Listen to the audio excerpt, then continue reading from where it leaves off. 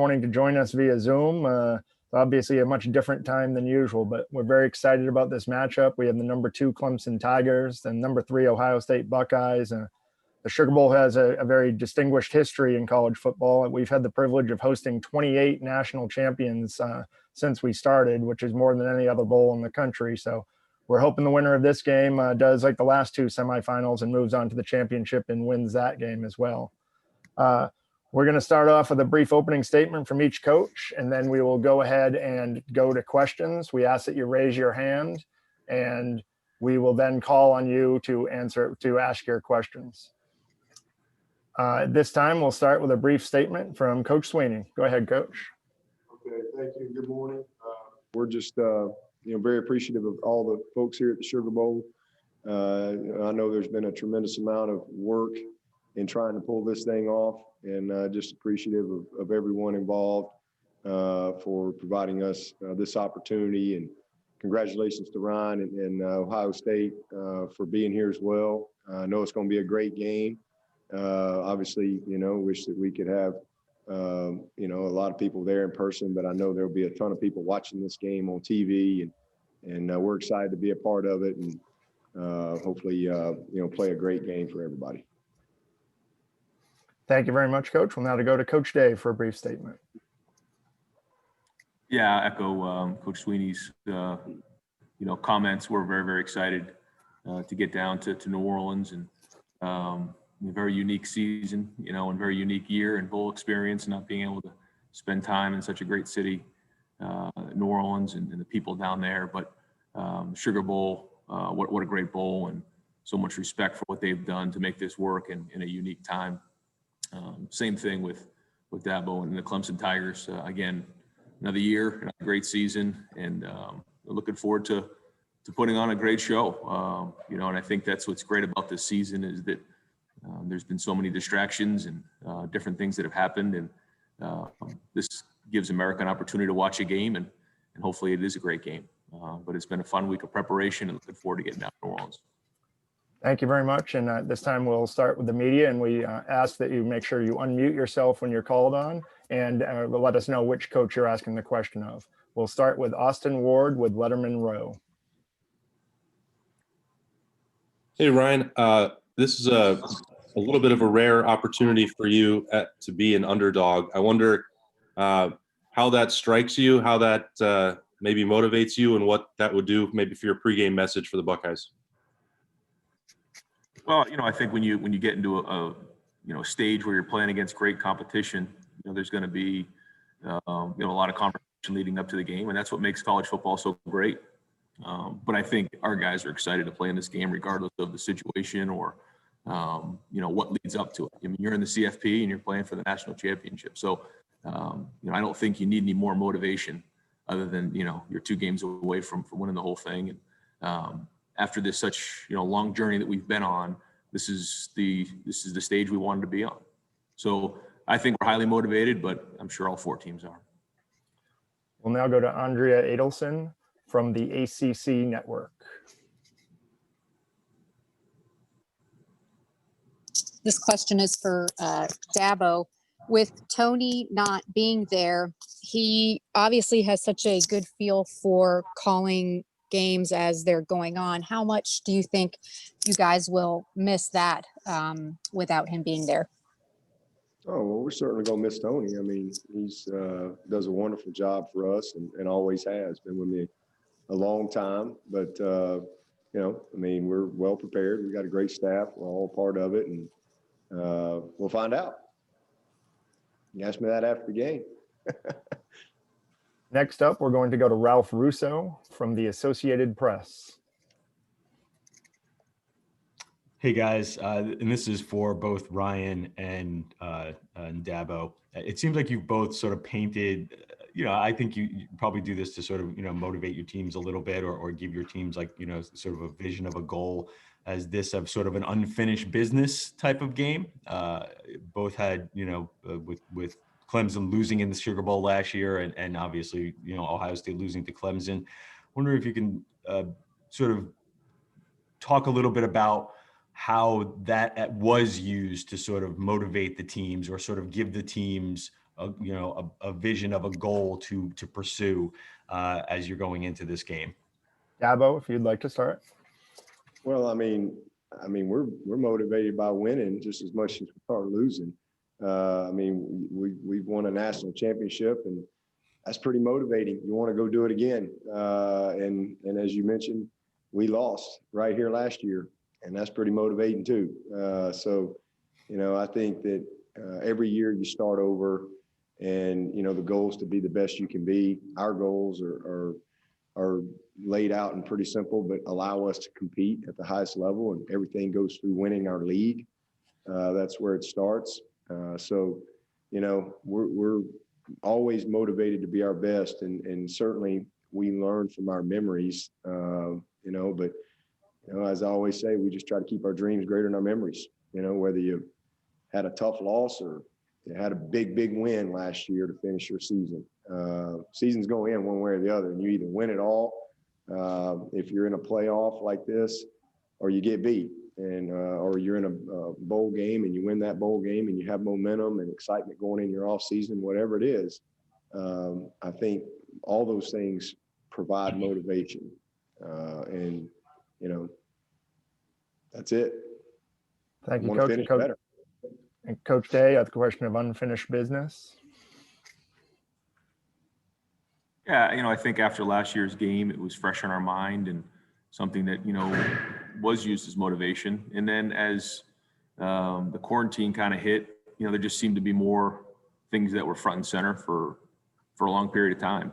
And then as the season went on, and we were able to get the season going again, all those goals, right in front and center for us. And obviously our number one goal every year is to beat the school up north and then win the conference and then win the national championship. And so I think the biggest thing for us is just having an opportunity to tell a great story of all the adversity that this group has overcome.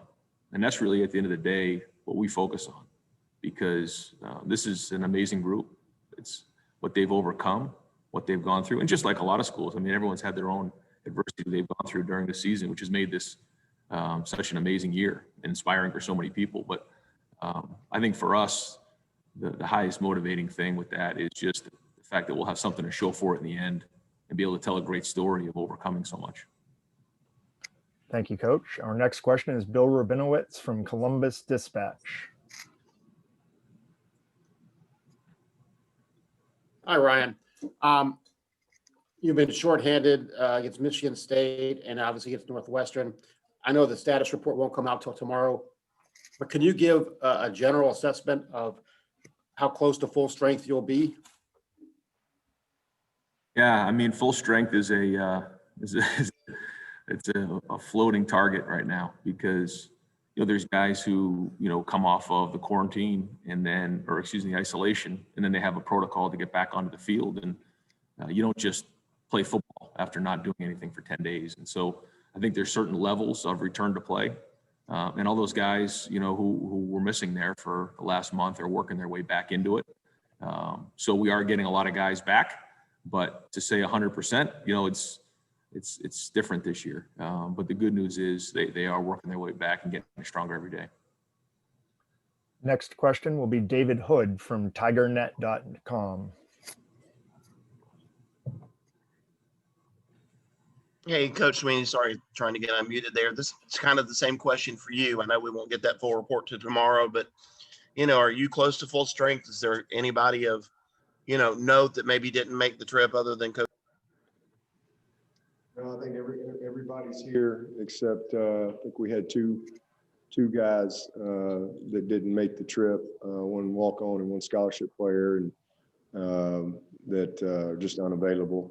And but everybody else is here, even our injured guys and things like that. We'll now go to David Hale from ESPN. Hey, Dabo, you have talked a lot about how proud you are of your guys this year for all the challenges that they've had to overcome in getting to this point. But I know you to be somebody who thrives from personal interaction, which has certainly been limited this year. You make your calendar out a year in advance, which doesn't, I'm sure, work well in a year like this. And certainly you've probably gotten more criticism this year than most years. How challenging has this year been for you? And what have you kind of learned from, or how have you grown the same way that your players might have from some of these challenges that you've had to overcome, right up to Coach Elliott being out for this important game? Yeah, I mean, everybody's had to adapt. It's been a great year. I mean, it's been challenging for sure. But, I always say, God never says oops.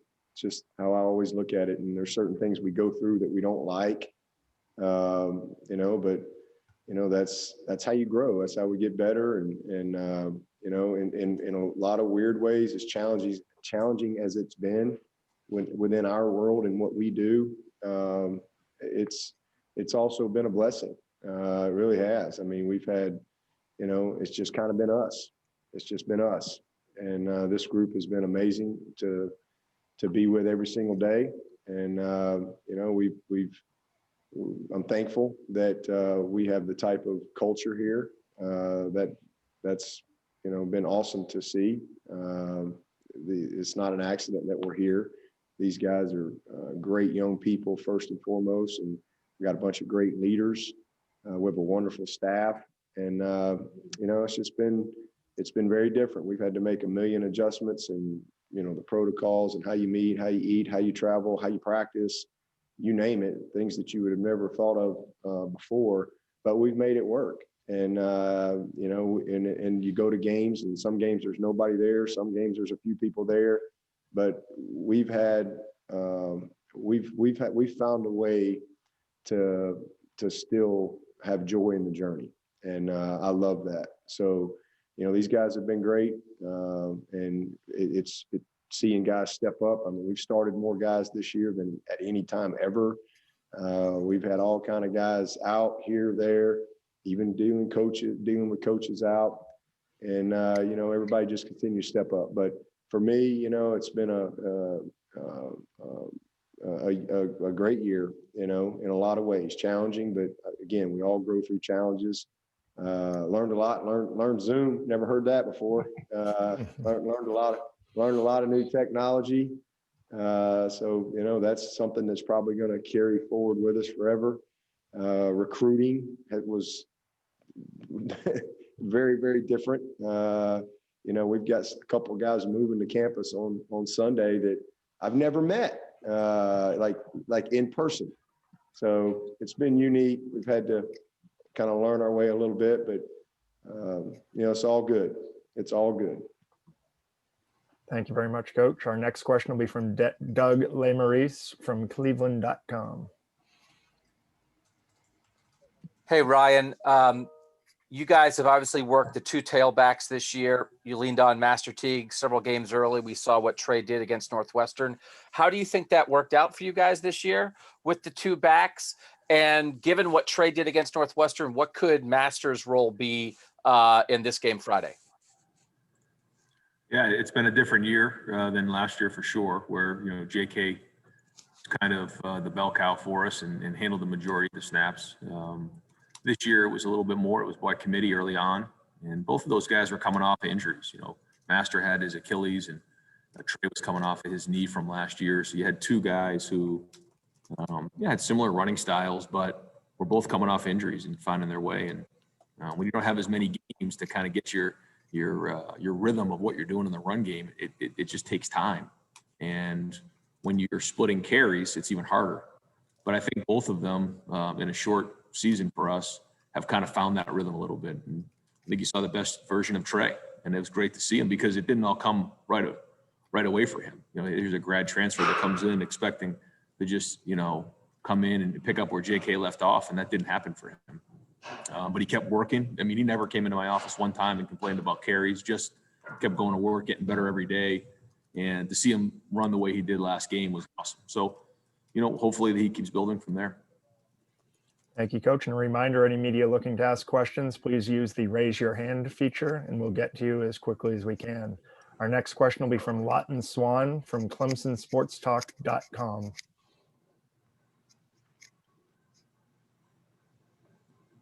Lawton, be sure to unmute, please.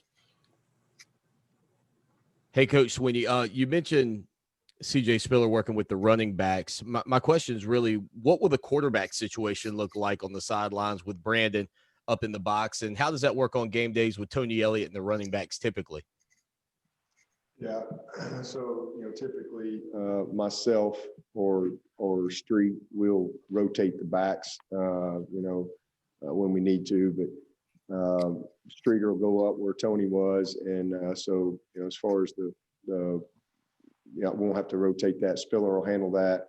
He'll do a good job of that on the field. But as far as quarterbacks, just like coming off the field after each series, typically, Streeter's right there. I'll huddle up with Trevor as well. So just the difference is Street will be on the phone. So, Trevor will go get on the phone and still have the same conversations that you would normally have, just be on the phone versus, right there in person. Our next question will be from Tim May with Letterman Row.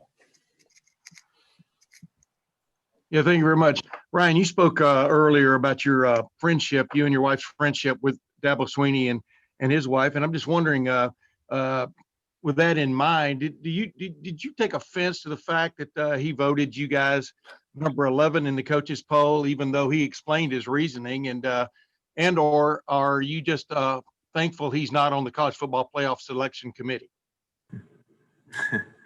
Well, yeah, I would say that. I'm happy that that's not the case. But I will say this: being at the bowl game last year at the Fiesta Bowl, and then having an opportunity to go on a trip, coach's trip this off season with Dabo and his wife, they were very graceful to Nina and I. And being a young, coach and Nina trying to find her way as, the wife of the head coach at Ohio State. There's only few people in the country that really can share the same experiences, and they've been unbelievable to us just in terms of giving advice. And it's a very highly competitive environment we live in. I mean, that's the way it goes. But at the end of the day, we're all human, and appreciated the way that he really gave great counsel, and he's been nothing but a pro. Next will be Tony Gerdeman from Buckeye Scoop. Ryan, I believe you guys will be testing today and then again tomorrow. I'm wondering if there are PCR tests available to you in New Orleans, and is it a possible competitive disadvantage for you guys? I think Clemson is done testing for the week. I mean, I think that's a unique situation that we don't have the same protocols going into the game, but I'm not going to spend time thinking about that. I'm tired of that. It's just what it is, as long as the guys are healthy playing in the game, that's what matters. We're going to have an opportunity to PCR. We're testing this morning. And then if we do get a presumption, we'll have a chance to PCR before we get on the plane. And then we go from there. So at the end of the day, what's the goal? The goal is to have a clean field. And so we'll follow the protocol that's been set forth. Our next question will be Dan Hope from 11 Warriors. Hey, Ryan, how important is it for you guys to control the line of scrimmage on both sides of a ball to have a chance to win this game?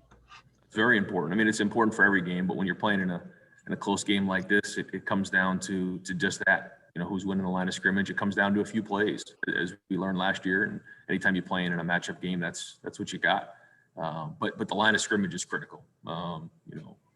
And that goes back to any big game that's been played and probably in the history of college football. So it's something that's being emphasized, I'm sure, on their side, and it is on ours as well. Next question is for Coach Swinney. It's coming from the online portal. Travis Etienne gets a chance to come back to New Orleans in his home state again. How good do you feel for him being back in Louisiana one more time? I'm happy for him. I mean, obviously, he's wants to finish well. What a season he's had. Unbelievable what he's done this year, and just his development into a truly complete player, a complete football player, can do it all. So, great opportunity. We started the year here. We started this 2020 year right here in New Orleans, and hopefully, we can, get a better result as we finish it. And I know that's something that he really wants, and I know he's going to put his best foot forward to play a great game. Next, we'll go to Joey Kaufman with the Columbus Dispatch. Ryan, if you had to look back on the last, I don't know, 7 months or so since June, what has been the biggest challenge for navigating this whole season from like a leadership perspective? I think in an industry that's all about routine, we've been out of routine on a daily basis. And I think that it's exhausting for a lot of people, not knowing what's coming next or having a plan and then having to constantly change it. I think that's been probably the number one thing I would say. And then talking about since June, I mean, the fact that, we didn't have a season, that we did have a season, we have games, we don't have games. I mean, that wears on you. And not being able to, as the head coach and the leader of the program, to look people in the eye and let them know what's coming next, just that they have to just keep putting one foot in front of the other. I'd say that's been the biggest challenge. But the thing that I've learned the most is just perspective. That's what this is all about, is that you can take anything for granted.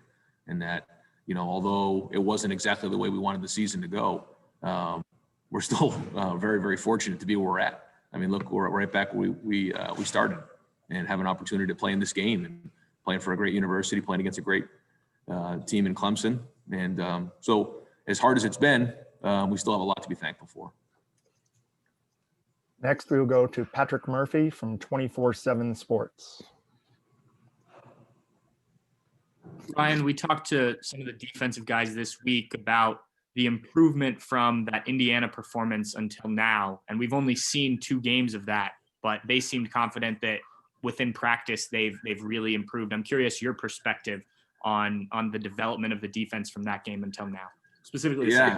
Yeah, no, I think it's a great question because, how do you really know when you've played 6 games? I think the only way you learn is by playing in games. And that's been one of the hardest things for us as the season's gone on, is we haven't had those opportunities to see.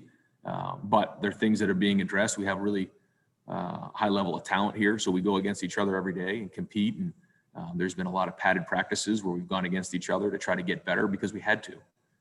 So I think that there's been great improvement in that area, but the ultimate test will be tomorrow. And our next question will be for Dabo, and that's also from the online portal. How do you feel that you're not seen as an underdog anymore due to your tremendous success? And, we've been some underdogs along the way a couple times in these playoffs, but it's really just more the same. We've won a lot of games the last 6 years, and there hadn't been many of those games that we've been the underdog. There's been a few, but not many. The great majority we've been expected to win the game, and so that's just the norm. We prepare to win, we expect to win, and we really don't get too distracted by any of the other stuff. It's really more about how we think, and we again have been the so-called favorite most of the time the last 6-7 years. So just really same focus that we always have. Next, we'll go to Spencer Holbrook from Letterman Row. Ryan, when you talk about all of the underdog card and all of those things that go into this game, and everybody's been asking about that, is there an aspect of kind of overdoing that, and how do you balance not overdoing the underdog card and just telling your guys to go and play football? Yeah, I mean, that's what it is. More to what Dabo just mentioned is that those are people's opinions. What really matters is how we execute on the field and how we play, and that's what we focus on. As we go to practice, we go into meetings, we have our preparation for the game. That's what matters. People have their opinions, but if you make the plays and you play well, then you're going to have a good day. If you don't, then you won't. I mean, that's really what it comes down to. And so who's more prepared to play in the game, when the foot hits the ball? And that's where we spend all of our time. And when you get to this point of the season, both teams, I think, are highly motivated. And that's what we focus on. Our next question is Brendan Gulick from Buckeyes Now.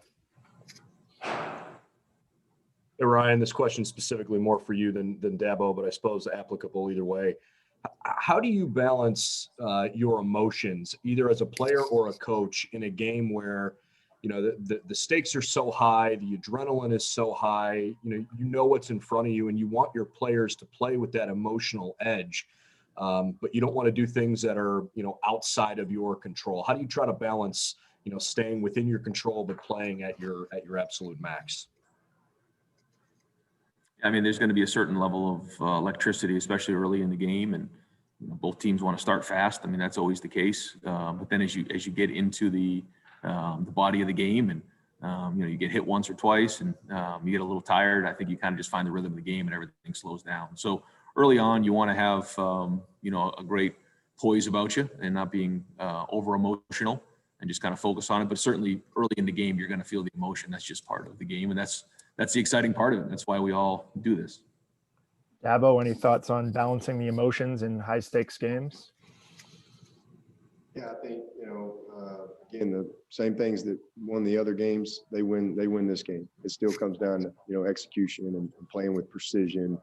It's a game of emotion, but you don't want to be emotional. And I think you lose your focus there. And so same things. We'll now go to Steve Hellwagon from Bucknuts Media.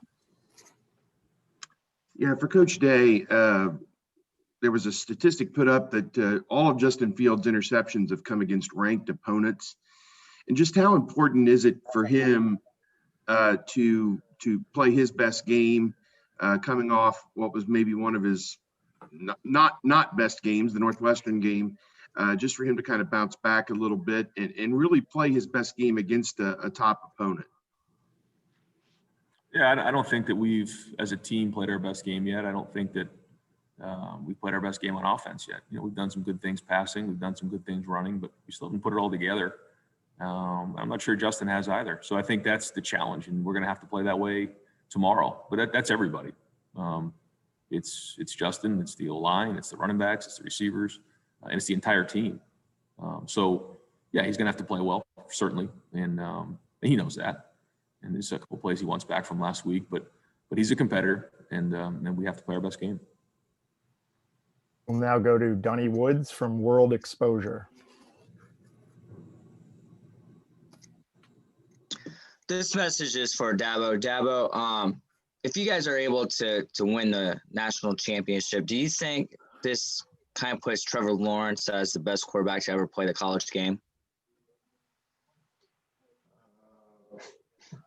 I mean, there's been a lot of great college quarterbacks. I mean, I haven't obviously seen every college quarterback that's come through, but he's as good as there's ever been. I'll let other people argue if he's the best ever, but he's as good as there's ever been. That's for sure. And he's the greatest winner that I've been around. I mean, he's 34-1, and he's been incredible.